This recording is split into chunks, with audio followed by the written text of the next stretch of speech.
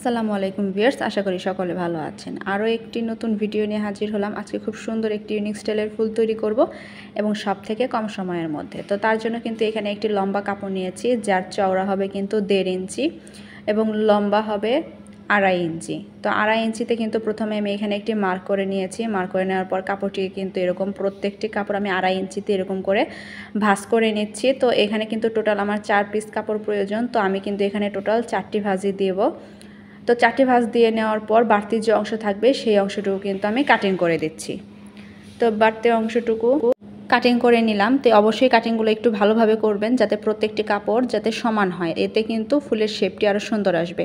তো বাড়তি অংশটুকু কেটে নেওয়ার পর যে কাপড়ের বন্ধ সাইডগুলো ছিল সেগুলো কিন্তু আমি ভালোভাবে কেটে নিচ্ছি এবং বন্ধ সাইডটি কেটে নেওয়ার পর এখানে টোটাল 4টি পার্ট আমার হয়েছে।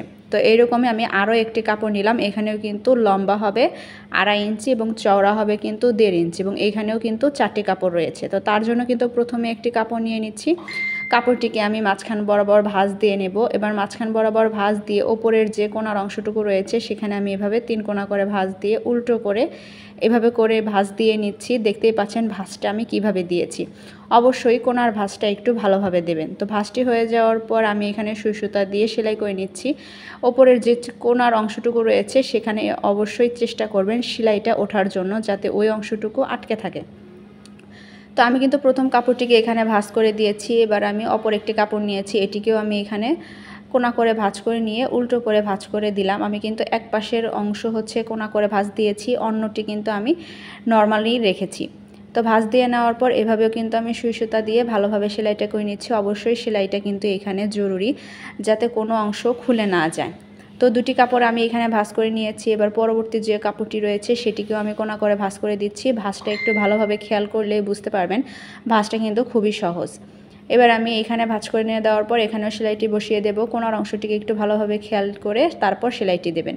তো এখানে কিন্তু আমি 3টি কাপড় সেলাই করে নিয়েছি। এবার এক এক করে প্রত্যেকটি কাপড় আমি সেলাই করে নেব। অবশ্যই কিন্তু চেষ্টা করবেন সেলাইগুলোকে ভালোভাবে দেওয়ার জন্য, আর কাপড়ের যে মাপটা রয়েছে সেটা একটু ভালোভাবে নেওয়ার জন্য। তো এখানে পরপর সবগুলো কাপড় কিন্তু আমার সেলাই করা শেষ। এবার হাত দিয়ে কিন্তু আমি খুব ভালোভাবে চেপে দিয়েছি, যাতে মাঝখানে কোনো গিঁট বা না বাঁধে।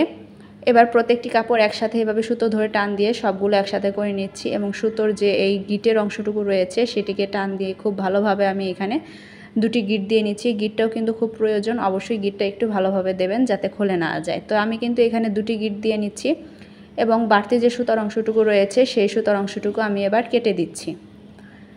তো খুব সহজ নিয়মেই কিন্তু আমি ফুলটি তৈরি করে দেখালাম। এবার আমি হাত দিয়ে ফুলের যে পাপড়িগুলো রয়েছে সেগুলো একটু ভালোভাবে শেপ দিয়ে নিচ্ছি।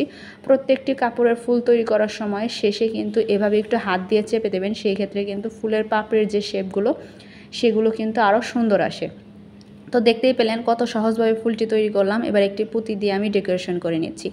যদি ভিডিওটি ভালো লেগে থাকে অবশ্যই আমার পেজে একটি লাইক, কমেন্টস অ্যান্ড শেয়ার করবেন। এবার আমার ছোট্ট একটি ইউটিউব চ্যানেল রয়েছে ড্রিমস ফ্যাশন, অবশ্যই একটি সাবস্ক্রাইব করে দেবেন।